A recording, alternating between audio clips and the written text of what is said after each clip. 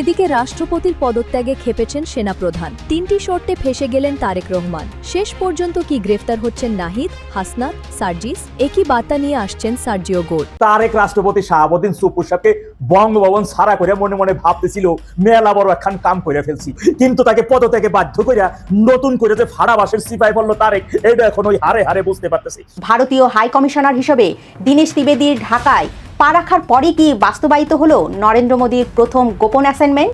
সেনাপ্রধান যখন তুরস্ক সফরে, তখন রাষ্ট্রপতির বিদায় সামরিক ও রাজনৈতিক অঙ্গনে কি বার্তা দিচ্ছে? আর রাষ্ট্রপতি চুপ্পু সাহেবকে পদত্যাগের পরে যদি গ্রেফতার করতে হয়, তাহলে এই নাহিদ ইসলাম, এই হাসনাত আব্দুল্লাহ, এই সার্জিস আলম, এই আসিফ মাহমুদ সজীব ভুইয়া, এদেরকেও গ্রেফতার করতে হবে। ফ্যাসিবাদের দোসরের কারণে যদি চুপ্পু সাহেবকে গ্রেফতার করতে হয়, তাহলে এই নাহিদ ইসলাম, এই হাসনাত আব্দুল্লাহ, এই সার্জিস আলম সহ এনসিপির অসংখ্য নেতাকর্মীকে গ্রেফতার করতে হবে। এবার সার্জিও গোর আমাদের কার্ড বাবা প্রধানমন্ত্রীর জন্য কি কার্ড নিয়ে আসছে। তার এক পকেটে শুনেছি হলুদ কার্ড থাকবে, আর এক পকেটে নাকি লাল কার্ড থাকবে। অর্থাৎ তারেক রহমান যে পথে হাঁটতে চাচ্ছেন, আমেরিকা সেই পথে বাদ সাধছে। বঙ্গভবন ছাড়ার আগে তারেক রহমানকে 3টি কঠিন শর্ত দিলেন রাষ্ট্রপতি শাহাবুদ্দিন, আর সেই সব শর্ত মেনে নিয়ে কি নিশ্চিত করা হলো রাষ্ট্রপতির বিদায়? দর্শক, নতুন একটা নিউজ আপনাকে স্বাগতম। প্রিয় দর্শক, দেশের সেনাপ্রধান বিদেশ সফরে, এদিকে এ মাসেরই শেষের দিকে ঢাকায় আসতে চলেছেন ট্রাম্পের বিশেষ দূত সার্জিও গোর। দর্শক মণ্ডলী, এরই মাঝখানে হঠাৎ রাষ্ট্রপতির পদত্যাগ। প্রিয় দর্শক, বিশ্লেষকরা এই বিষয়টিকে অন্যভাবে দেখছেন। অর্থাৎ তারা মনে করছেন রাষ্ট্রপতির পদত্যাগের মধ্যে কোনো একটা রহস্য লুকিয়ে আছে। কি সেই রহস্য, তা আজকের এই নিউজটি দেখলেই জানতে পারবেন। এছাড়াও দর্শক, বিশ্লেষকদের অভিমত, রাষ্ট্রপতির পদত্যাগের পর আরো বিপদের মুখে পড়তে চলেছেন প্রধানমন্ত্রী তারেক রহমান। দর্শক মণ্ডলী, আপনি এই বিষয়টাকে সমর্থন করেন কিনা, অর্থাৎ আপনিও মনে করছেন কিনা রাষ্ট্রপতির পদত্যাগের পর আরো বিপদে পড়তে চলেছেন প্রধানমন্ত্রী তারেক রহমান, তা অবশ্যই কমেন্ট করে জানিয়ে দিন। প্রিয় দর্শক, ইতিমধ্যেই একজন বিশ্লেষক এই বিষয়টি নিয়ে আলোচনা করেছেন এবং তিনি বলেছেন, সাবেক রাষ্ট্রপতিকে যদি গ্রেফতার করা হয়, তাহলে সবার আগে গ্রেফতার করতে হবে হাসনাত, সার্জিস এবং নাহিদকে। দর্শক মণ্ডলী, হঠাৎ করে তিনি কেন এমন কথা বললেন সে বিষয়টিও জানতে পারবেন আজকের এই ভিডিওতে। তো দর্শক, আর কথা না বাড়িয়ে চলুন দেখে আসবো আজকে সেই কাঙ্ক্ষিত ভিডিওগুলো। তবে তার আগে বলবো, যারা এখনো চ্যানেলটি সাবস্ক্রাইব করেননি, অবশ্যই চ্যানেলটি সাবস্ক্রাইব করে পাশে থাকা বেল আইকনটি ক্লিক করে দিন। আর যারা ইতিমধ্যেই চ্যানেলটি সাবস্ক্রাইব করে রেখেছেন তাদেরকে অসংখ্য ধন্যবাদ। তো চলুন দর্শক, ভিডিওটিতে একটি লাইক দিয়ে আমরা ধারাবাহিকভাবে সবগুলো ভিডিওর আলোচনা দেখে আসি। ফেসিস্ট তারেক রাষ্ট্রপতি শাহাবুদ্দিন চুপ্পুর সাথে বঙ্গভবন ছাড়া করে মনে মনে ভাবতেছিল মেলা বড় একখান কাম করে ফেলছি, আওয়ামী লীগের হাত থেকে বেশ খানিকটা বাঁচা যাইব, একটা স্বস্তির নিঃশ্বাস নিতেছিল, কিন্তু তাকে পদত্যাগে বাধ্য করে নতুন করে যে ফাড়াবাসের সিপাই বলল তারেক, এটা এখন ওই হারে হারে বুঝতে পারতেছি। কিভাবে ফাটাবাসের সিপাই বললো সেটা বলতেছি, তার আগে একটু বলে রাখা ভালো, শাহাবুদ্দিন চুপ্পু সাহেবের পদত্যাগে বা বঙ্গভবন ছাড়াই আওয়ামী লীগ শিবির একটা স্বস্তির নিঃশ্বাস বা একটা আনন্দের জোয়ার যে বইতেছে, এইটা মনে হয় একটু আশা করি বুঝতে পারতেছেন। এর কারণ হচ্ছে দেশের গুরুত্বপূর্ণ সময় বা একেবারে নাকাল অবস্থায় মেরুদণ্ড সোজা করে যে জরুরি অবস্থা জারি করার মতন সেই সক্ষমতা বা সেই সাহস শাহাবুদ্দিন চুপ্পু সাহেবের মধ্যে নাই বা ছিল না, এইটা কিন্তু প্রমাণিত হয়েছে। কিংবা তাকে নিয়োগ দেওয়া রাষ্ট্রপতি হিসেবে আওয়ামী লীগের যে একটা ভুল ছিল, এইটাও এখন চোখে পড়ার মতো দৃশ্যমান। এর কারণ হচ্ছে ডেভিল ইনুসের পুরো 18 মাসের অপশাসন ক্ষমতা দখল করা, সাবেক প্রধানমন্ত্রীর পদত্যাগপত্র খুঁজে না পাওয়া এবং তাকে এক প্রকার গৃহবন্দী করে রেখে দেশ বিরোধী অধ্যাদেশ জারি করে নেওয়া এবং তিনি অকাতরে সেই সকল দেশ বিরোধী অধ্যাদেশে সিগনেচার করে দেওয়া, তার আইনি ভিত্তি তৈরি করে দেওয়া, এগুলো তিনি অনায়াসেই করে গেছেন। কিন্তু তার নিয়োগকর্তা দলের জন্য কিছুই করেন নাই। তিনি বঙ্গভবনে বেঁচে আছেন না মরে আছেন তার কোনো খবর আমরা পাচ্ছিলাম না। এ নিয়ে আমরা অনেকে বেশ সরব ছিলাম, প্রতিবাদ পর্যন্ত করেছি। কিন্তু তার মুখে যখন কথা ফুটলো, এই থেকে আওয়ামী লীগ শিবিরে বা আমাদের মধ্যে একটা চরম অস্বস্তি দেখা দিল। কেননা তিনি যেভাবে আওয়ামী লীগকে ফেসিস্ট, স্বৈরাচার, স্বাধীনতার ঘোষক জিয়াউর রহমান, স্বাধীনতার ইতিহাস মীমাংসিত ঐতিহাসিক ইতিহাসকে বিকৃতকরণ এবং একের পর এসব কথাগুলো বেশ অস্বস্তির মধ্যেই ছিল আওয়ামী লীগ শিবির। আর এই কথাগুলো শুনলে পর মনে হইতো কি যে চামড়া কাইটটা ওইখানে লবণ বা মরিচ ছিটাই দেওয়া হচ্ছে। আবার তার উপরে ডেভিল ইনুস অনেক নির্যাতন, অনেক অন্যায় করেছে, তাকে গৃহবন্দী করে রেখেছে, এই ধরনের অনেক কথা তিনি বলেছেন। কিন্তু ডেভিল ইনুসের পুরা 18টা মাস যে আওয়ামী লীগের উপর বর্বরচিত হামলা, নির্যাতন, অত্যাচার, তিনি এবার একজন মুক্তিযোদ্ধা, অথচ স্বাধীনতার আতুর ঘর 32 ধ্বংস করা হলো, এই নিয়ে একটা টু শব্দ উনি এখন পর্যন্ত আজ অব্দি করে নাই। মিডিয়ার সামনে এই বিষয় নিয়ে একটা কথাই বলেছে, কেউ শুনেছেন?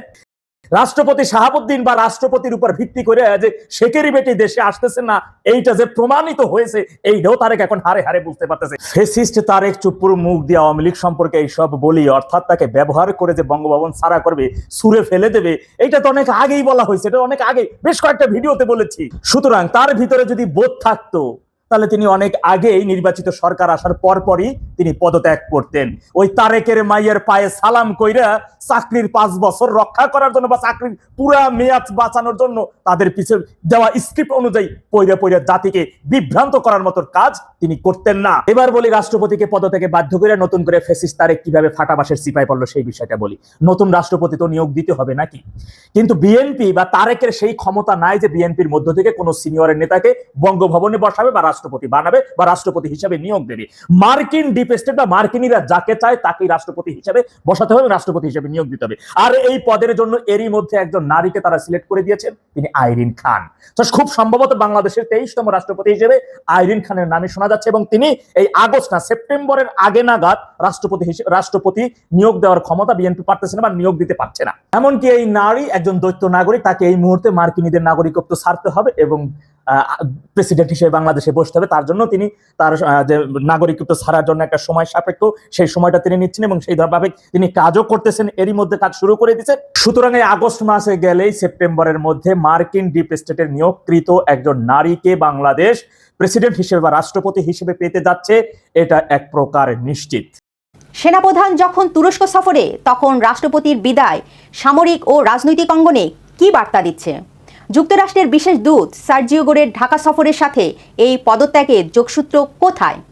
আর ভারতীয় হাই কমিশনার হিসেবে দীনেশ ত্রিবেদীর ঢাকায় পা রাখার পরই কি বাস্তবায়িত হলো নরেন্দ্র মোদীর প্রথম গোপন অ্যাসাইনমেন্ট? মনে আছে সেই ঝড় তোলার কথা? রাষ্ট্রপতি হয়ে নাগরিক সম্বর্ধনায় মোহাম্মদ শাহাবুদ্দিন বলেছিলেন, আমি তো ঝড় উঠাচ্ছি। হ্যাঁ, বুঝলাম না। ঝড় উঠুক না কেন, আমি তো ঝড় উঠাচ্ছি এখানে। রাষ্ট্রের সর্বোচ্চ পদে বসেছিলেন, ঝড় তোলার ক্ষমতা তার ছিল, কিন্তু দেশের রাজনৈতিক সংকটের সময় সেই ঝড় তিনি কখনো তোলেননি, বরং ঘাপটি মেরেছিলেন বঙ্গভবনের আলিশান ভবনে। আর ডক্টর ইউনূসের লোকজন যা বলেছেন তা অক্ষরে অক্ষরে পালন করেছেন। বিএনপি ক্ষমতায় আসার পর প্রধানমন্ত্রী তারেক রহমানকে খুশি করতে চেষ্টা করে গেছেন। শেখ হাসিনার আমলে যে শাহাবুদ্দিন সংসদে বলেছিলেন স্বাধীনতার ঘোষক বঙ্গবন্ধু শেখ মুজিবুর রহমান, সেই শাহাবুদ্দিন সেই সংসদেই আবার বলেছেন স্বাধীনতার ঘোষক শহীদ জিয়াউর রহমান। এত ভোল পাল্টেও গদিটা আর বাঁচাতে পারলেন না শাহাবুদ্দিন।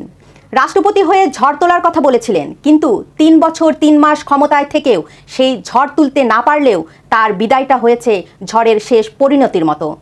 ঝড় যেমন নিম্নচাপে পরিণতি হয়ে বৃষ্টি ঝরিয়ে বিদায় নেয়, ঠিক তেমনি চোখের পানিতে বিদায় নিতে হয়েছে শাহাবুদ্দিনকে। কিন্তু কেন তাকে তড়িঘড়ি করে সরানো হলো? এই উত্তরটা জানতে হলে আমাদের জানতে হবে বেশ কিছু ঘটনা প্রবাহ। গত 20 জুলাই শরিকদের নিয়ে নৈশভোজে বসেছিলেন বিএনপি চেয়ারম্যান ও প্রধানমন্ত্রী তারেক রহমান। সেখানে তিনি প্রকাশ্যে আনেন অন্তর্বর্তী সরকারের এক উপদেষ্টার বিস্ফোরক তথ্য। উপদেষ্টা তাকে জানিয়েছেন ডক্টর ইউনূসের 18 মাসের সরকারের সময় প্রশাসনের 60%-এরও বেশি জায়গা গুপ্ত বাহিনীর একক প্রভাব ছিল।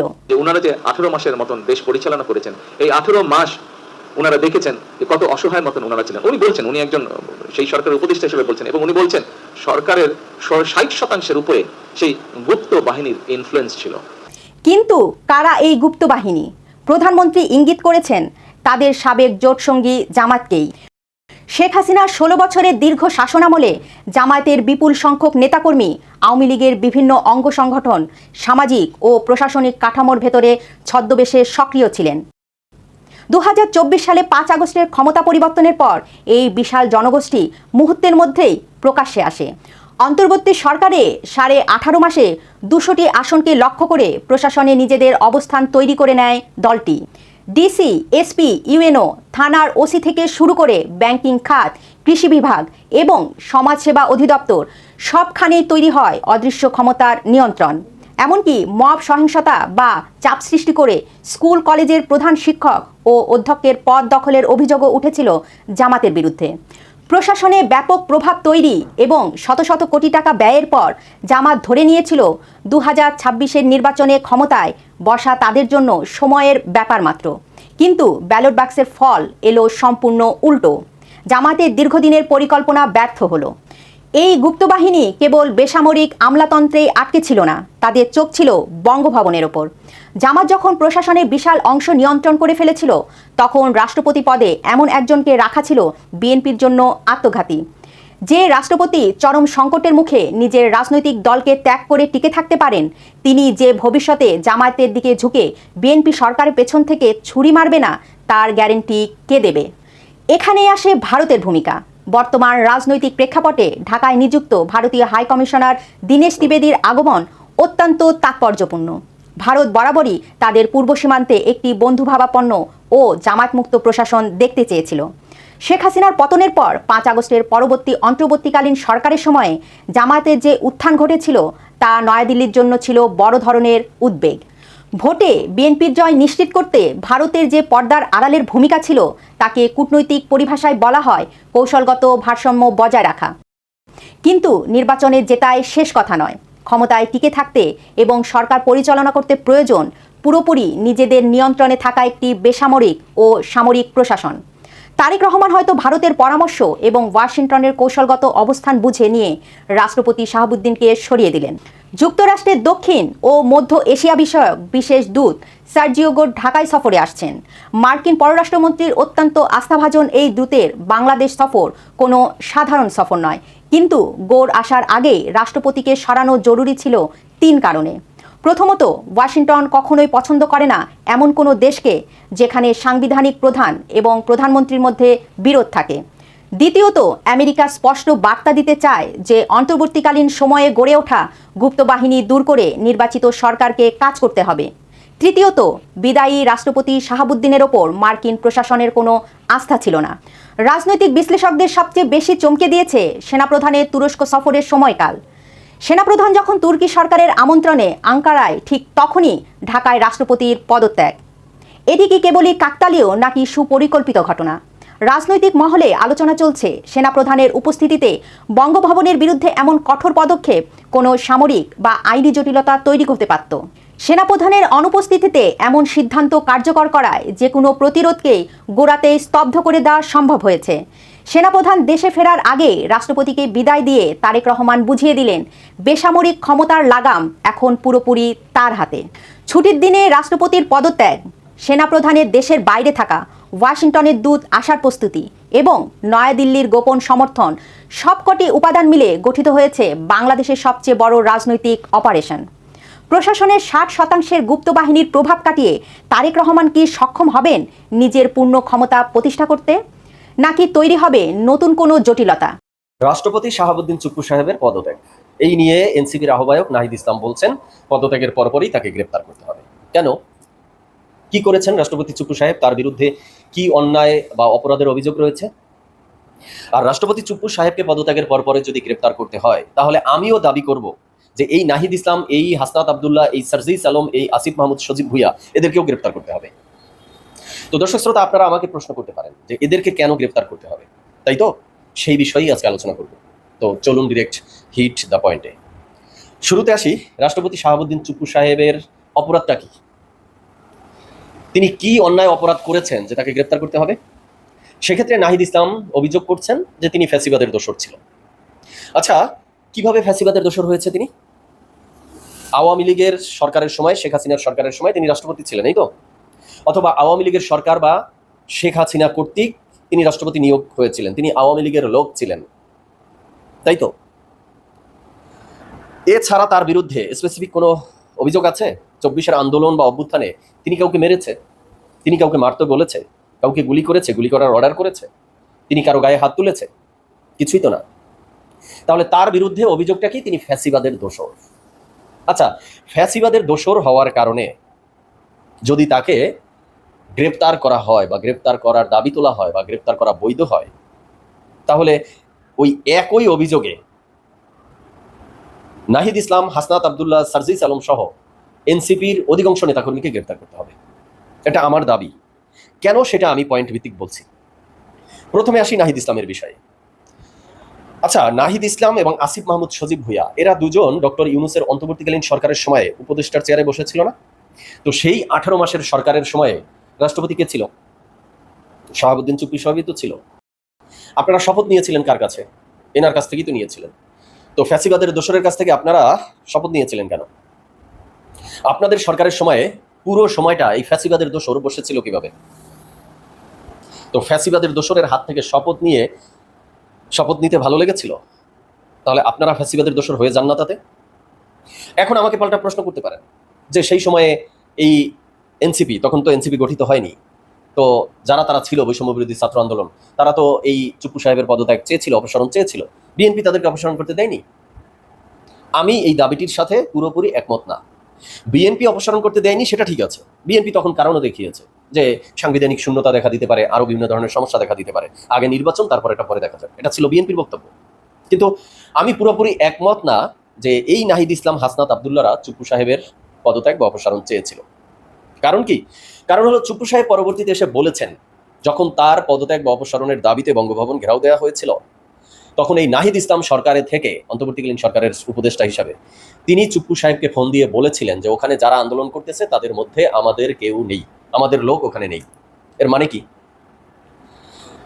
আপনারা যদি রাষ্ট্রপতির পদত্যাগ চেয়েই থাকেন, তাহলে রাষ্ট্রপতির সাথে গোপনে গোপনে আতাত করতে গেছিলেন কেন? রাষ্ট্রপতিকে কেন আশ্বস্ত করতে গেছিলেন যে ওখানে আমাদের কোনো লোক নেই? মানে রাষ্ট্রপতিকে বুঝাতে চাচ্ছিলেন যে আমরা আপনার পদত্যাগ চাই না, এই নিশ্চয়তা দিয়েছিলেন? নাকি রাষ্ট্রপতিকে এই লাইসেন্স দিয়ে দিয়েছিলেন যে আপনি সেনাবাহিনী দিয়ে ওখানে যারা রয়েছে সবার উপরে বুলডোজার চালান, ওখানে আমাদের কেউ নেই, অন্যরা আছে, ওদেরকে মারেন, পিটান, কাটেন, যা করেন, আমাদের কিচ্ছু যায় আসে না?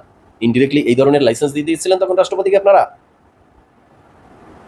তো এর দ্বারা কি প্রমাণ হয় যে আপনারা রাষ্ট্রপতির অপসারণ চেয়েছিলেন?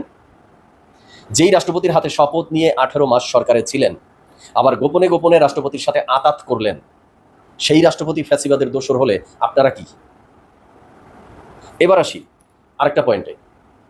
হাসনাত আব্দুল্লাহ এবং সার্জিস আলম, তারা বিশ্ববিদ্যালয় লাইভে সরাসরি ছাত্রলীগের সাথে জড়িত ছিল না? আওয়ামী লীগের মিছিল মিটিংয়ে তাদেরকে প্রকাশ্যে দেখা যায়নি? তাদের ফেসবুক পোস্টগুলো দেখলে সেই সময়কার সেখানে আওয়ামী লীগের গুণকীর্তন করতে তাদেরকে দেখা যায়নি? তাহলে তারা কি? হাসনাত আব্দুল্লাহ, সার্জিস আলম ফ্যাসিবাদের দোসর থেকে রেহাই পায় কিভাবে? চুপ্পু সাহেব ফ্যাসিবাদের দোসর, তাকে গ্রেপ্তার করতে হয়, আর হাসনাত আব্দুল্লাহ, সার্জিস আলমরা জুলাই যোদ্ধা হয়ে গেছে। এরপরে আসি, এই হাসনাত আব্দুল্লাহ চট্টগ্রামের সাবেক মেয়র মঞ্জুরের বাসায় গিয়ে দুপুরে ভরপেট খেয়ে আসেনি? সেখানে সলা পরামর্শ করতে যাননি আপনারা? তখন ভালো লেগেছিল? তখন মনে ছিল না যে মঞ্জুর সাহেব আওয়ামী লীগের মেয়র ছিল, তিনি ফ্যাসিবাদের দোসর? তখন আরাম লেগেছিল না? ফ্যাসিবাদের দোসরের সাথে গোপনে আতাত করতে ভালো লাগে, তাদের বাসায় গিয়ে ভুরিভোজ করতে, গলা পর্যন্ত ডুবিয়ে খেতে ভালো লাগে। তারপরে এই রিসেন্টলি কয়েকদিন আগে নাহিদ ইসলাম, হাসনাত আব্দুল্লাহ সহ দলের অনেকে জাতীয় পার্টির এক প্রেসিডিয়াম সদস্যের বাসায় গিয়ে ডিনার করেননি? গলা অব্দি ডুবিয়ে খাননি? তো তখন মনে ছিল না যে জাতীয় পার্টি ফ্যাসিবাদের দোসর? আরেকটা ভালো কথা, জাতীয় পার্টির পার্টি অফিসে ভাঙচুর করছিল কারা, অগ্নিসংযোগ করছিল কারা? আপনারাই তো। কি দাবিতে? তারা ফ্যাসিবাদের দোসর। তো ফ্যাসিবাদের দোসর বলে তাদের পার্টি অফিসে গিয়ে অগ্নিসংযোগ করলেন, ভাঙচুর করলেন, আবার সেই ফ্যাসিবাদের দোসরের বাসায় গিয়ে ডিনার করেন, রাত্রি যাপন করেন। আপনাদের বিরুদ্ধে তো ওই জাতীয় পার্টির পার্টি অফিসে যে অগ্নিসংযোগ করেছেন, ভাঙচুর করেছেন, এই লক্ষ্যে মামলা দেওয়া উচিত আপনাদের বিরুদ্ধে। হ্যাঁ, মামলা দেওয়া উচিত, কারণ ওই ফ্যাসিবাদের দোসরের বাসায় গিয়ে আপনারা রাত্রি যাপন করেন, পেট পুরে খান। তো শুধুই কি ওখানে গিয়ে খেয়েছেন আর রাত্রি যাপন করছেন, না আরো কোনো মজমাস্তি ছিল? কোনো লিঙ্ক টিঙ্ক রেখে আসেননি তো? কারণ বর্তমানে কিন্তু লিঙ্কের ছড়াছড়ি, লিঙ্ক রেখে আসলে কিন্তু বিপদে পড়ে যাবেন। তো কনক্লুশনে এসে যেটা বলতে চাই, দর্শক শ্রোতা, এবার আপনারাই বিবেচনা করুন, আপনারাই মতামত দিন। চুপ্পু সাহেব ফ্যাসিবাদের দোসর, হাসনাত আব্দুল্লাহ, সার্জিস আলম ছাত্রলীগ করা সত্ত্বেও তারা নাকি ফ্যাসিবাদের দোসর না। জাতীয় পার্টি ফ্যাসিবাদের দোসর, জাতীয় পার্টির প্রেসিডিয়াম সদস্যের বাসায় যাইয়া খাইতে তাদের ভালো লাগে। চুপ্পু সাহেব ফ্যাসিবাদের দোসর, কিন্তু মেয়র মঞ্জুরের বাসায় গিয়ে খাইতে তাদের ভালো লাগে। তখন ফ্যাসিবাদের দোসরের কথা একদম মনে থাকে না। এই জন্য বলছি যে ফ্যাসিবাদের দোসরের কারণে যদি চুপ্পু সাহেবকে গ্রেফতার করতে হয়, তাহলে এই নাহিদ ইসলাম, এই হাসনাত আব্দুল্লাহ, এই সার্জিস আলম সহ এনসিপির অসংখ্য নেতাকর্মীকে গ্রেফতার করতে হবে। প্রিয় দর্শক, আমি আশা করছি সবগুলো ভিডিওই আপনি মনোযোগ সহকারে দেখেছেন। সেই সাথে দর্শক, এই ভিডিওগুলো সম্পর্কিত যদি কোনো তথ্য বা মতামত থাকে তাহলে তো অবশ্যই কমেন্ট করে জানিয়ে দিন। এতক্ষণ সাথে থাকার জন্য ধন্যবাদ। নিউজটি শেষ করছে এখানেই, ফিরছে আগামী ভিডিওতে নতুন কোনো টপিক নিয়ে। আল্লাহ হাফেজ।